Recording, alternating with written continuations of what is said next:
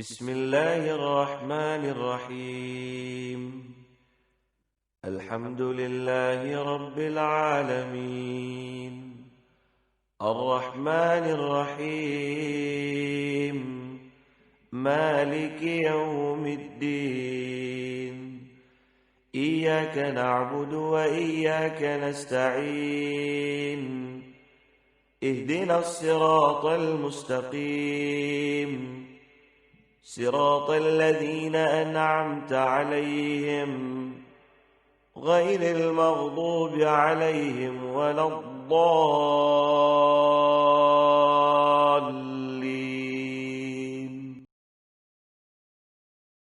حسین حسین حسین حسین حسین حسین یا حسین حسین الغریب الغریب الحسین حسین الشہید الشہید الحسین حسین الغریب الغریب الحسین حسین الشہید الشہید الحسین. لا حول ولا قوة إلا بالله العلي العظيم.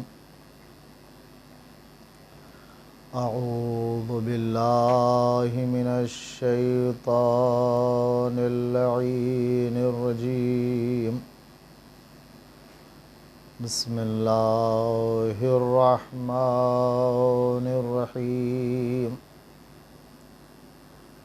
الحمد لله الذي لا يبلغ مدحته القائلون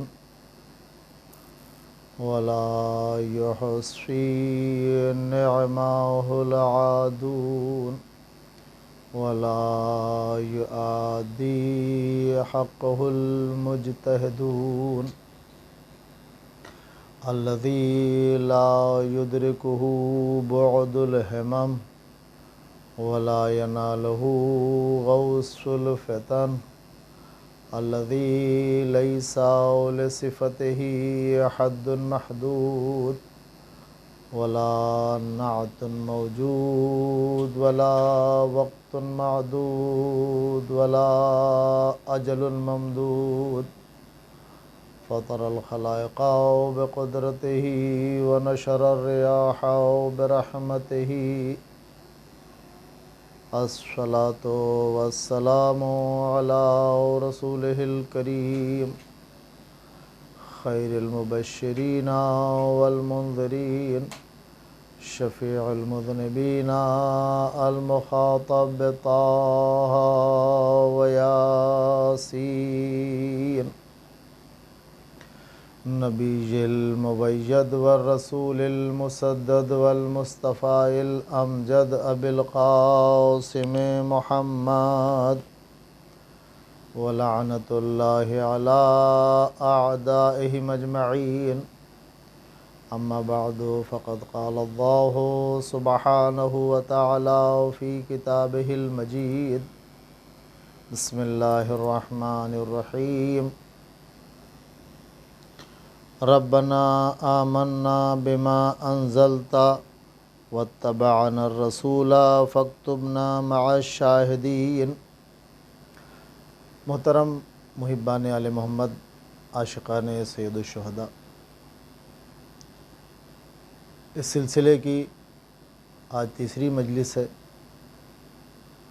اور ہم نے جس آیت کریمہ کی تلاوت کی ہے سورہ آل عمران کی آیت نمبر 53،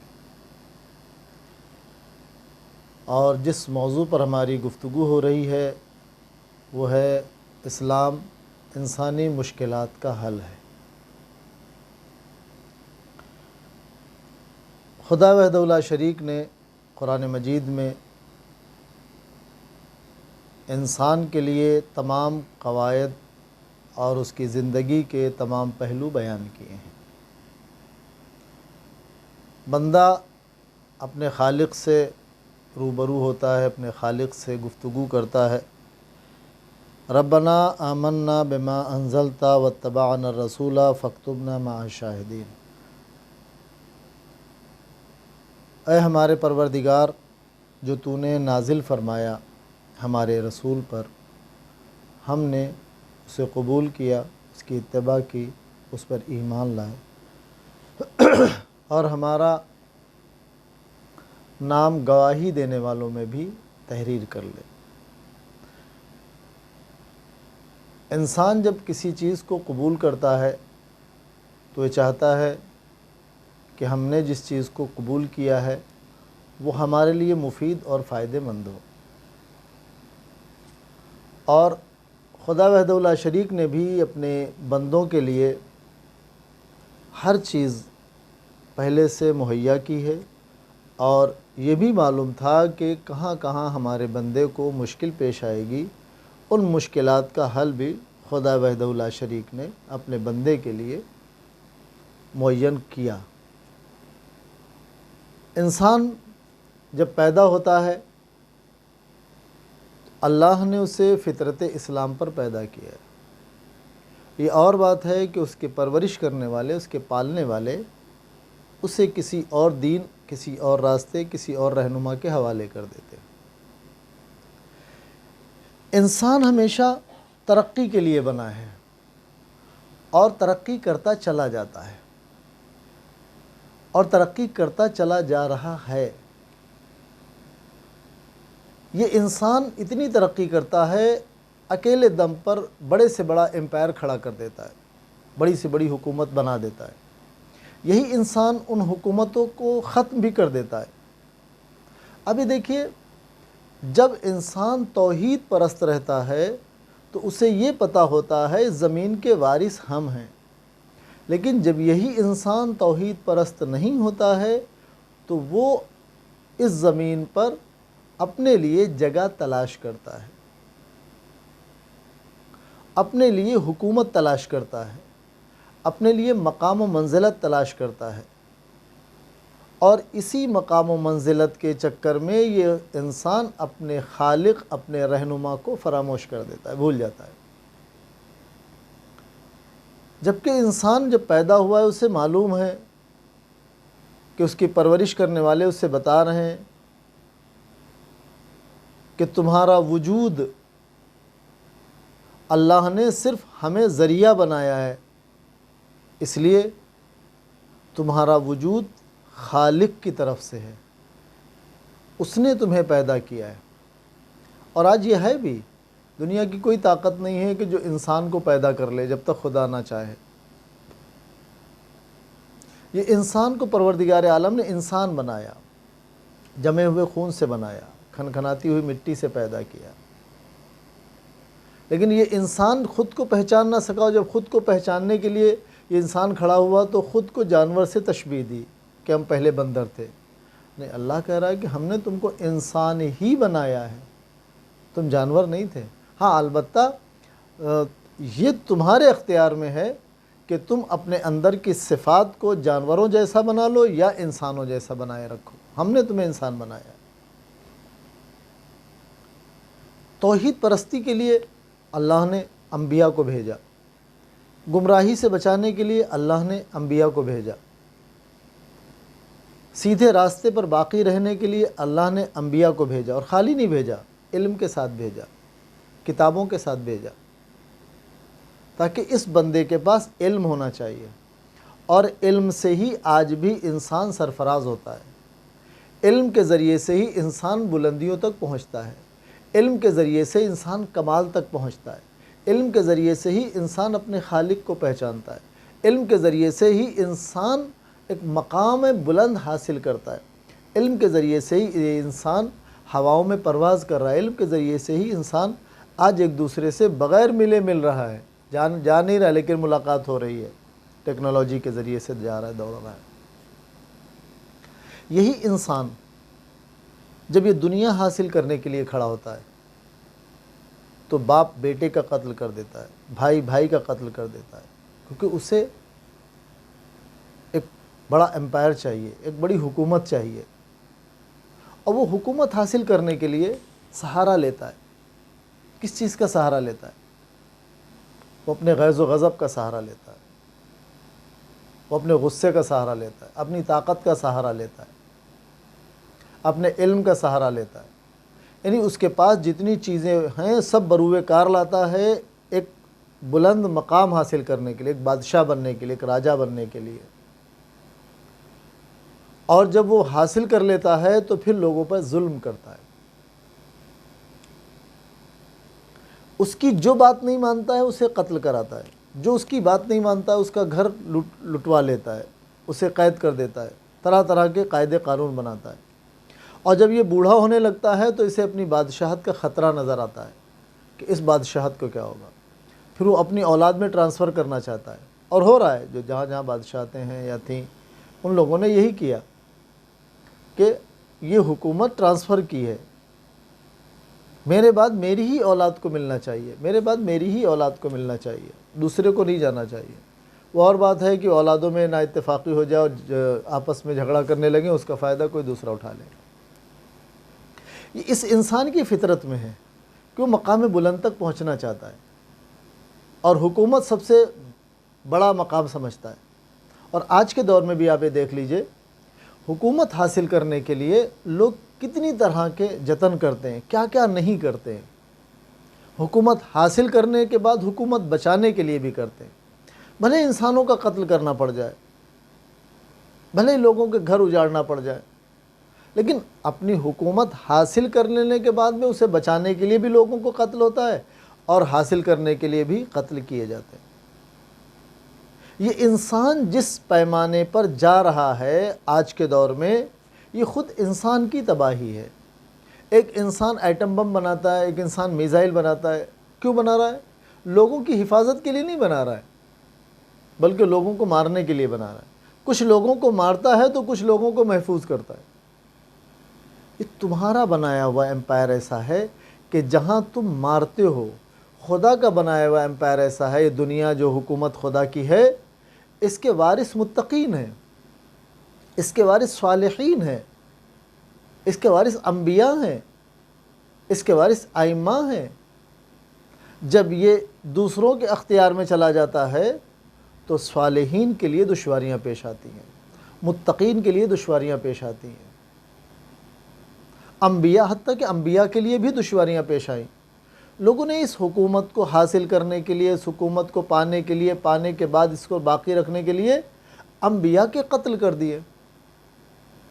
انبیاء کو خود وطن سے نکال دیا، انبیاء کو پتھر مارنے لگے. اور پتھر مارنے کے علاوہ، پتھر مارنے کے بعد بھی ان کو جب یہ سکون نہیں ملا تو بہت سارے انبیاء کو قتل کر دیا گیا. کیوں؟ اس امپائر کی وجہ سے. یہ ہمیں چاہیے، یہ حکومت ہمیں چاہیے. پہلے حکومتیں چھوٹی ہوا کرتی تھی، قبیلے کی، خاندانوں کی. دھیرے دھیرے جیسے انسان بڑھتے رہے، حکومتوں کا پیمانہ بڑھتا رہا، حدود بڑھتے رہے، قوانین بڑھتے رہے. جب انسان اپنے اعتبار سے اس چیز کو حاصل کرتا ہے تو وہ کہیں نہ کہیں جا کے ایک ایسی منزل پہ پہنچ جاتا ہے جہاں بعد میں اسے پچھتاوا ہوتا ہے. مثلاً دور جاہلیت میں لوگ اپنی بیٹیوں کو زندہ دفن کر دیا کرتے تھے. کس وجہ سے؟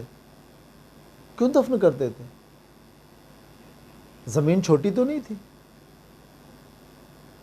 پانی کی کمی تو نہیں تھی، خوراک کی کمی تو نہیں تھی. دفن اس لیے کرتے تھے، انہوں نے ہی جو قوانین بنائے تھے وہی قانون ان کو گھیرے ہوئے تھے. انہوں نے جو قانون بنائے تھے اس میں رحم نہیں تھا. انہوں نے جو قانون بنائے تھے اس میں حاکم بنے رہنے کے لیے جو چاہو وہ کرنا تھا. کسی کے اوپر حملہ کر دو، اس کا سامان لوٹ لو. لوٹنے کی ضرورت ہی کیا تھی؟ کیا کھانے کی کمی اللہ نے تمہارے پیدا ہونے سے پہلے کمی کی تھی؟ ایسے ایسے فروٹ پیدا کیے ہیں کہ آپ کھا سکتے. آپ کے اوپر جانور حلال کیے، آپ کے لیے زمین سے سبزیاں اگائیں. پروردگار عالم نے سب چیزیں، لیکن یہ انسان پھر انسان کو قتل کر رہا تھا. اور وہی انسان اب جس کے پیدا ہونے کے لیے دعا کرتا ہے اسی کو زندہ دفن کر دیتا ہے. وجوہات کیا تھی؟ حل کیا تھا اس کا؟ آپ یہ دیکھیں کہ جب انسان کسی چیز کا مقابلہ کرتا ہے تو اسی جیسی کوئی چیز ہونا چاہیے. مثلا اگر اس کے پاس لاٹھی ہے تو اس سے یا تو لاٹھی ہی ہو یا اس سے بہتر کوئی چیز ہو. اگر اس کے پاس بندوق ہے تو یا بندوق ہی ہو یا اس سے بہتر ہو. اس سے کمزور چیز ہوگی تو یہ خود ہی ہار جائے گا. یہ لوگ جو اپنی بچیوں کو دفن کر رہے تھے، اس کا مطلب یہ ہارے ہوئے لوگ تھے. کس چیز سے ہارے ہوئے تھے؟ یہ ان کے خود کے سسٹم سے ہارے ہوئے تھے، خود کے بنائے ہوئے قوانین سے ہارے ہوئے تھے. اس لیے بھروسہ نہیں تھا کہ بچہ ہمارا زندہ رہے گا تو کیا ہوگا، یہ بچی ہماری زندہ رہے گی تو کیا ہوگی. دفن کر رہے تھے. کیوں دفن کر رہے تھے؟ اس قانون کی وجہ سے، اس سسٹم کی وجہ سے کہ اب اسے کوئی اٹھا کے لے جائے گا تو اسے غلام بنا لے گا، اسے کنیز بنا لے گا. ہم نہیں چاہتے ہیں کہ ہماری بچی کسی کی کنیز بنے، تو پھر کریں کیا؟ تو دفن ہی کر دیتے ہیں. کیا یہ حل تھا؟ نہیں. حل اسلام نے بتایا کہ جو تم کر رہے ہو یہ حل نہیں ہے. دفن کر دینا حل نہیں ہے. اور آج کے دور میں بھی دفن کر رہے ہیں. وہ پیدا ہونے کے بعد دفن کرتے تھے اور یہ پیدا ہونے سے پہلے ہی دفن کر دیتے ہیں. حل اسلام کے پاس تھا. جب اسلام آیا، وہ مقابلہ آرائی، وہ جنگ، وہ خون خرابہ، جو انسان جانور کے لیے انسان کو قتل کر رہا تھا، اسلام نے اس کا حل دیا کہ نہیں، تمہارا جو بنایا ہوا سسٹم ہے یہ وہ سسٹم ہے کہ جس سے تم خود تباہ ہو جاؤ گے. یہ وہ قاعدہ قانون ہے جس سے تم خود تباہ ہو رہے ہو. پھر کیا کرنا ہے؟ اسلام کا سسٹم یہ ہے، اسلام کا قاعدہ قانون یہ ہے، نظام اسلامی یہ ہے کہ تم ایک دوسرے پر رحم کرو، ایک دوسرے سے محبت کرو.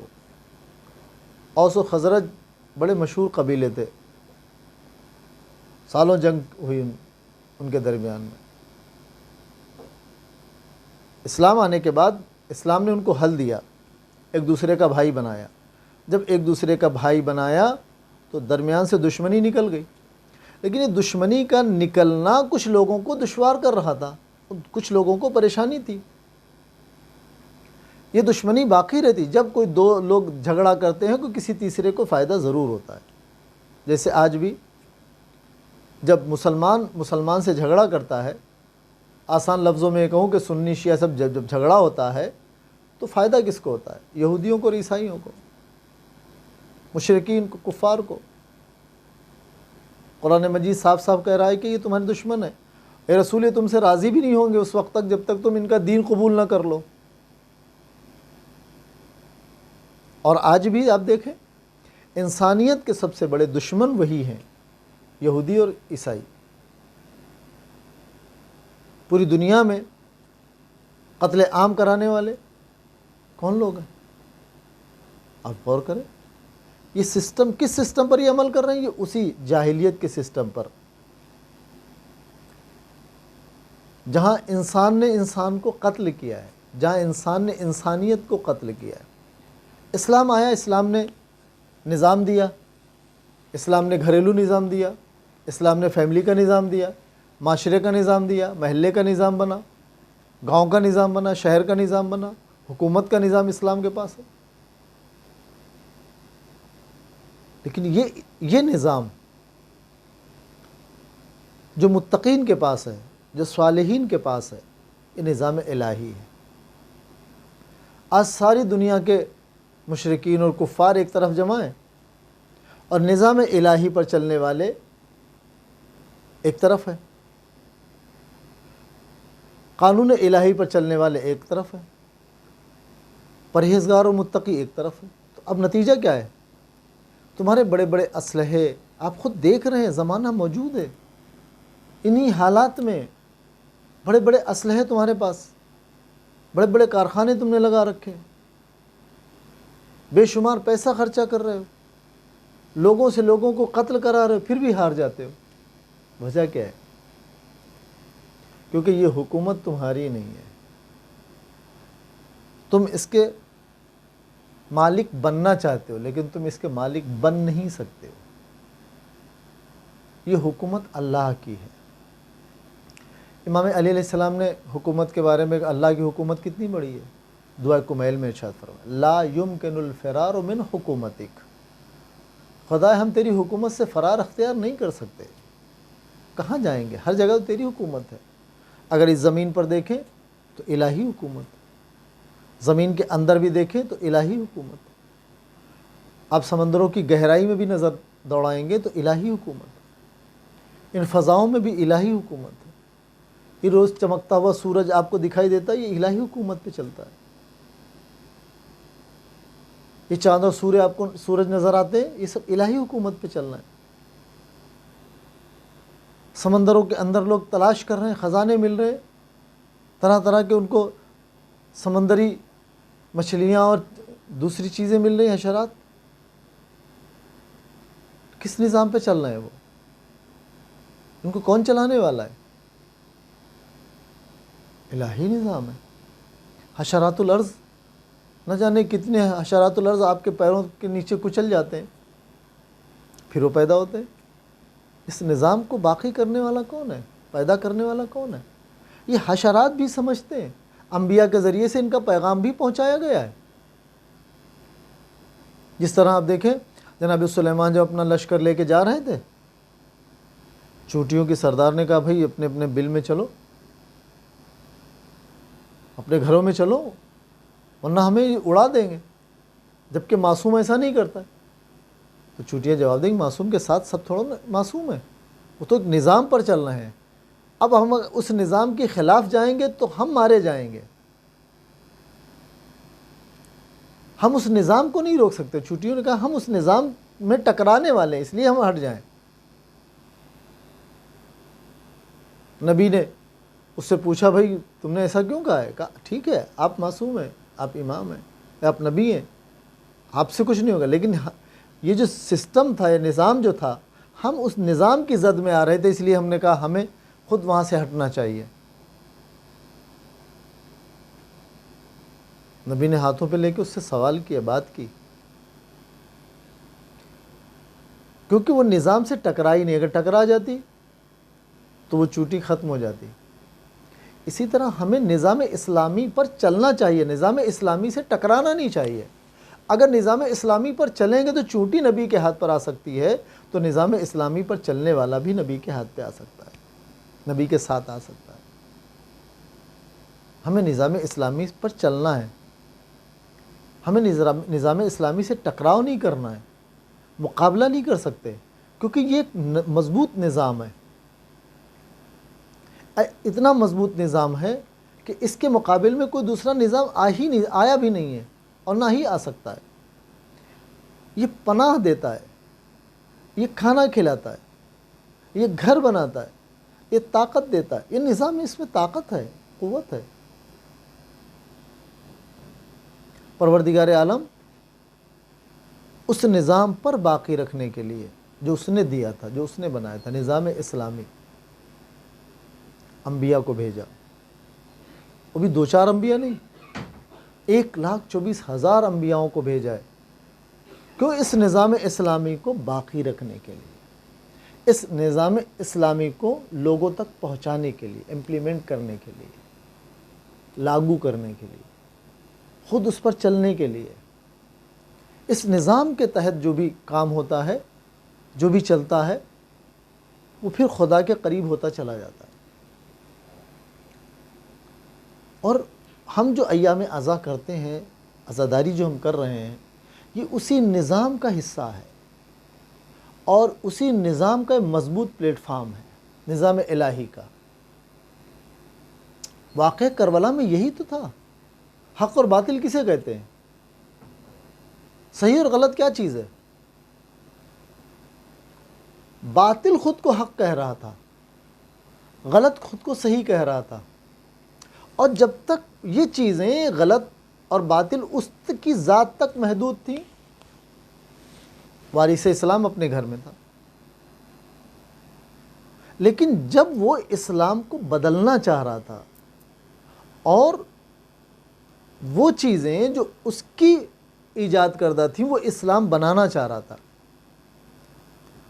اور امام حسین علیہ السلام سے کہہ رہا تھا کہ ہم جو کرنے جا رہے ہیں آپ اس میں ہاں کیجئے یا خاموش رہیے۔ اب آپ دیکھیے کہ اس دور میں بہت سارے لوگ ایسے تھے،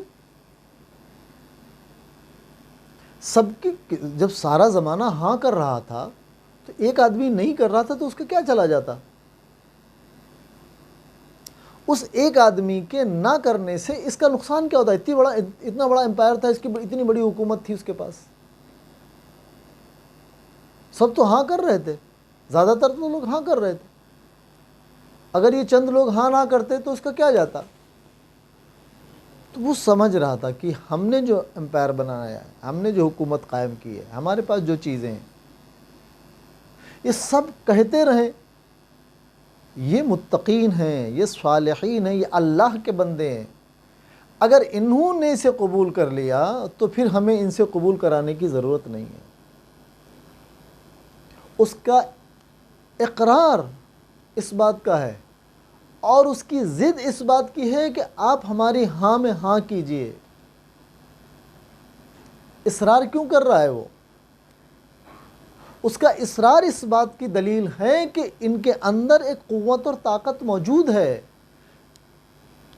جو ان کا اقرار، اس کا اصرار بڑھتا جب چلا گیا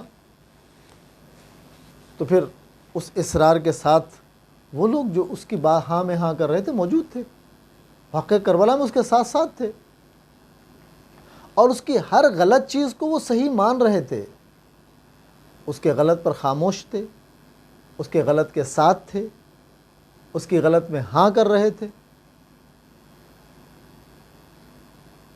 ان کو چاہیے کیا تھا؟ ان سے وہ چیز ملتی یا نہیں ملتی؟ جو چیز یہاں مل رہی ہے کیا یہاں نہیں مل سکتی تھی؟ مل سکتی تھی۔ جو چیز یزید دے رہا تھا کیا وہ چیز امام حسین علیہ السلام کی طرف سے نہیں مل سکتی؟ ان کے پاس تو اور زیادہ ہے۔ یہ تو وہ ہیں کہ جو کنکریاں اٹھاتے ہیں اور ایسے مٹھی بند کر کے جب دیتے ہیں تو وہ ہیرے جواہرات بن جاتے ہیں۔ جب یہ ہاتھ دھلاتے ہیں جو پانی گرتا ہے وہ ہیرے اور موتی بن جاتے ہیں۔ یہ تو زیادہ لوگ جمع کر سکتے تھے، اس کو سونا اور چاندی لانا تھا، خرید کے لاتا، زمین سے نکلوا کے لاتا، یہاں تو کچھ بھی نہیں تھا، مٹی اٹھاتے اور سونا بن جاتا۔ اور ایسے واقعات بہت سارے موجود ہیں، ایسے معجزات موجود ہیں، انبیاء کے موجود ہیں، خود معصومین کے موجود ہیں۔ غریب آیا، انہوں نے مٹی اٹھا کے دی، کہا بھائی کتنی ضرورت ہے تمہیں؟ 1000 درہم ضرورت ہے، یہ لو، وہ مٹی 1000 درہم ہو گئی، وہ مٹی سونا بن گئی۔ ہمارے پیغمبر کے معجزات موجود ہیں۔ لوگوں نے کہا کچھ بتائیے کہ آپ کیسے نبی ہیں؟ پیغمبر نے زمین سے سنگریزے اٹھائے، پتھر کے ٹکڑے اٹھائے اور ان پتھر کے ٹکڑوں سے کہا گواہی دو۔ پتھر کے ٹکڑے گواہی دے رہے تھے، اشہد ان لا الہ الا اللہ، اشہد ان محمد رسول اللہ، گواہی دے رہے تھے۔ جب پتھر کے ٹکڑے گواہی دے سکتے ہیں، جب پتھر کے ٹکڑے سونا بن سکتے ہیں، یمنا رسول اللہ، اے رسول کے نواسے، آپ بھی ان کو سونا بانٹ دیجئے، آپ کی طرف تو اس سے بڑی فوج ہو سکتی تھی۔ سارے مسلمان اس بات پر متفق ہیں کہ واقعاً پیغمبر کے اندر ہی معجزات تھے، امام حسین علیہ السلام کے پاس ہی معجزات تھے، امام علی علیہ السلام کے پاس ہی معجزات تھے، یعنی اہل بیت اطہار علیہ السلام کے ساتھ معجزات تھے، موجود تھے معجزات، انہوں نے معجزات دکھائے بھی ہیں۔ لوگوں کو سونا دے کے یا پیسہ دے کے یا لالچ دے کے اپنے ساتھ کیوں نہیں رکھ لیا؟ تمام مسلمانوں نے سنا تھا۔ حسن اور حسین جوانان جنت کے سردار ہیں، تو یہاں بہت سارے لوگ جنت لینے آئے تھے، تو سردار کے ساتھ اگر رہتے تو جنت جلدی مل جاتی، پھر یہاں کیوں نہیں آئے؟ وجہ تھی۔ امام حسین علیہ السلام یہ بتانا چاہ رہے ہیں کہ اللہ تک پہنچنے کے لیے، اللہ کی رضا کے لیے لوگوں کی بھیڑ کی ضرورت نہیں ہوتی ہے، لوگوں کے پیسے کی ضرورت نہیں ہوتی، سونا چاندی سے خدا نہیں ملتا ہے۔ خدا ملتا ہے اس کے راستے پر گامزن رہنے سے، باقی رہنے سے، اس راستے کو اپنانے سے۔ جس طرح ایک محب، ایک محبت کرنے والا یہ انتظار کرتا ہے کہ یہ کچھ کہے اور ہم اسے قبول کر لیں، ہم اس کی بات کو مان لیں، اور جب وہ مان لیتا ہے تو اسے تسلی و تشفی ہو جاتی ہے، اطمینان حاصل ہو جاتا ہے کہ میں نے اپنے محبوب کی بات مانی، اس سے میں محبت کرتا ہوں، اپنی محبت کا اعلان کرتا ہے۔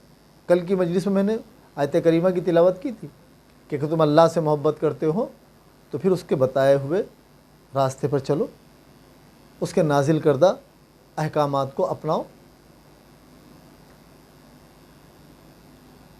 ہماری یہ ذمہ داریاں رہی ہیں ہمیشہ کہ ہم اللہ کے راستے کو کبھی نہ چھوڑیں، اللہ کے راستے پر عمل کرتے رہیں۔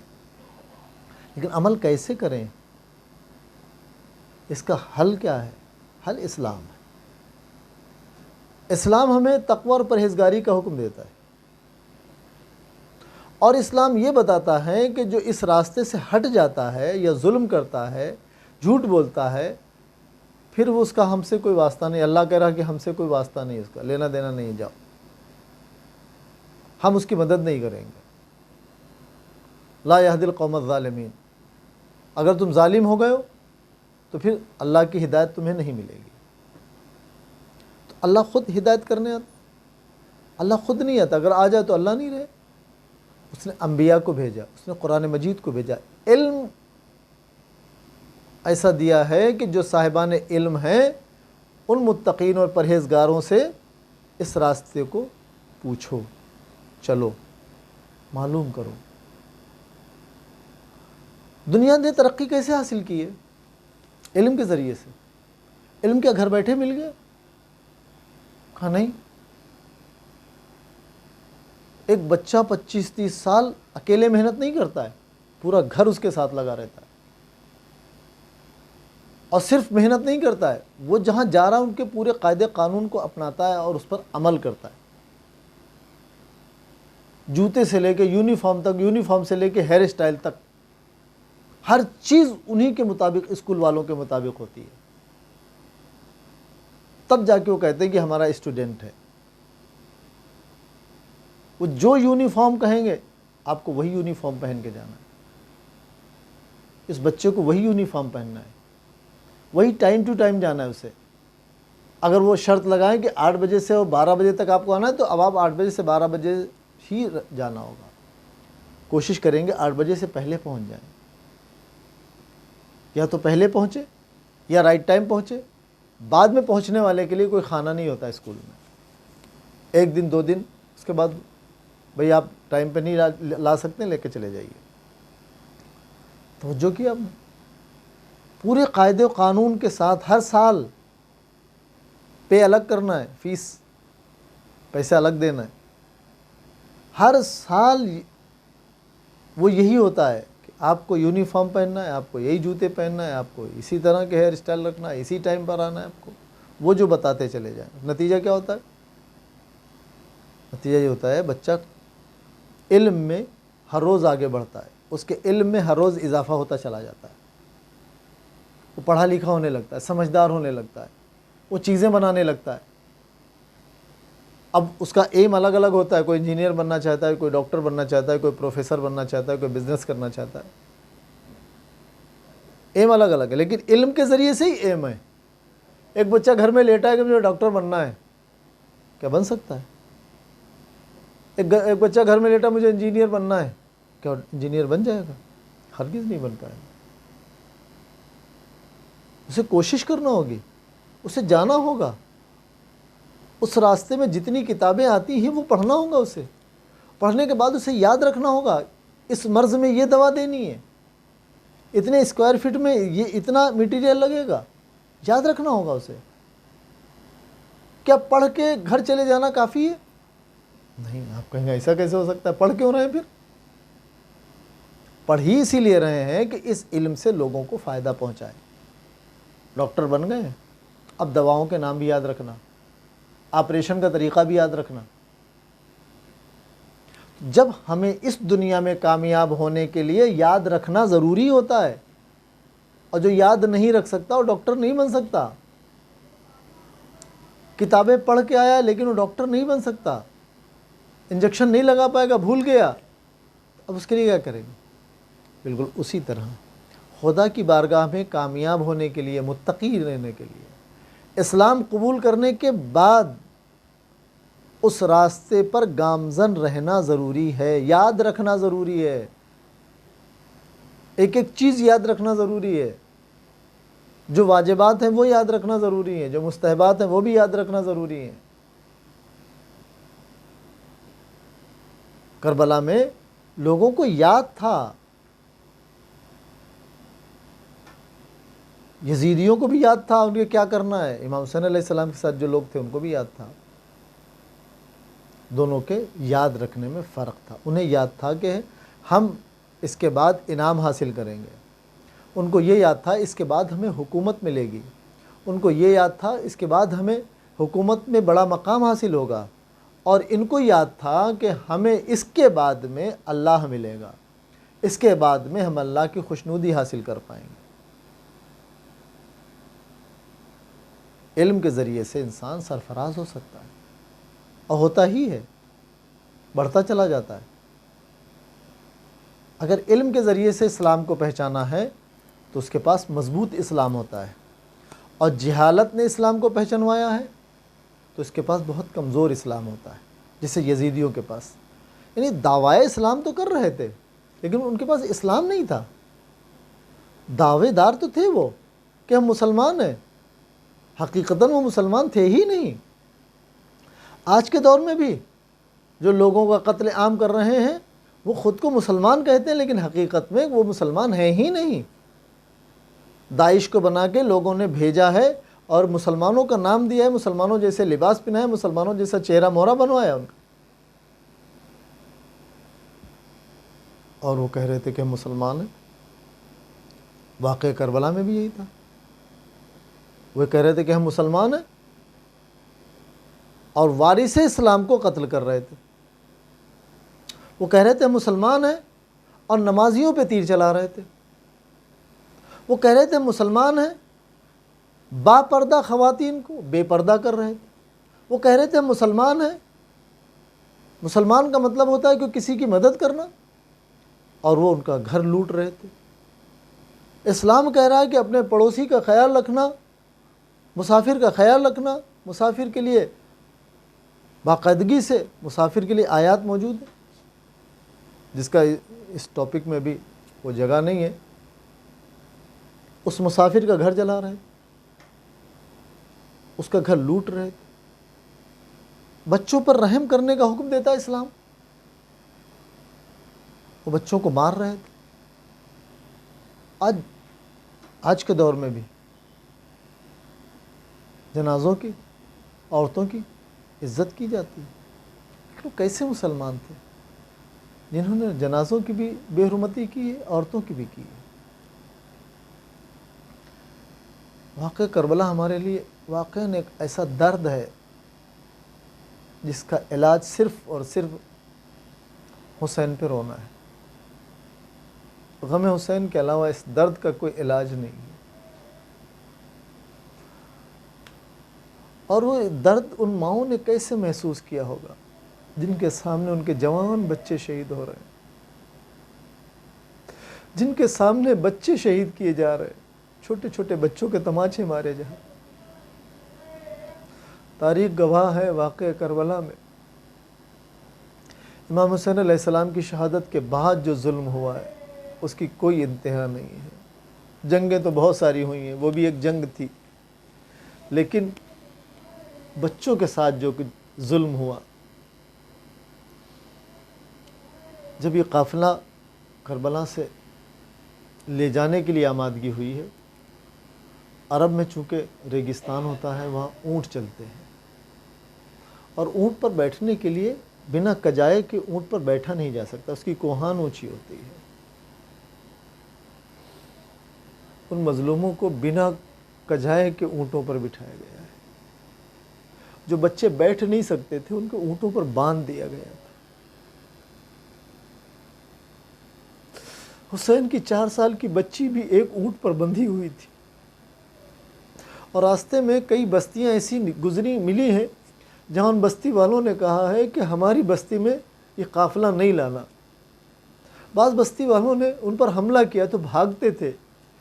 اب میں کیسے بتاؤں، جو گھوڑے پر سوار تو بھاگ رہے تھے وہ تو بھاگ سکتے تھے کیونکہ گھوڑا تھک رہا ہے، لیکن وہ جو قیدی پیدل تھے یا وہ قیدی جو اونٹوں پہ سوار تھے، ان کا کیا حال ہوا ہوگا۔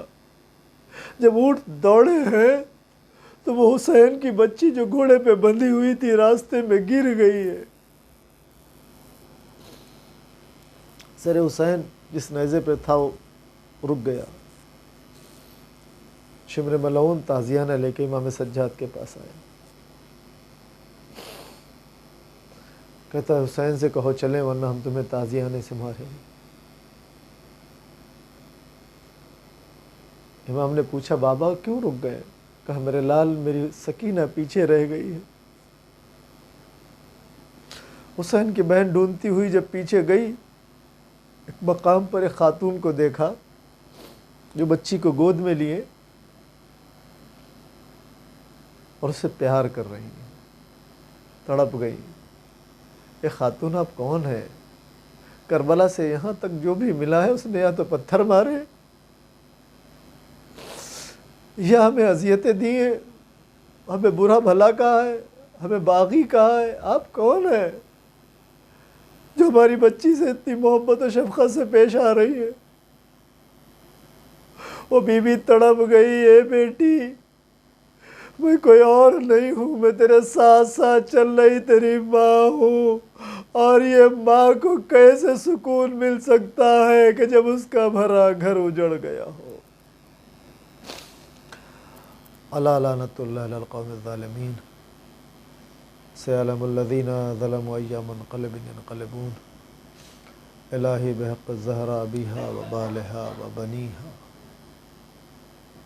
بسم اللہ الرحمن الرحیم، الحمد للہ رب العالمین، الرحمن الرحیم، مالک یوم الدین، ایاک نعبد و ایاک نستعین، اہدنا الصراط المستقیم، صراط الذين أنعمت عليهم غير المغضوب عليهم ولا الضالين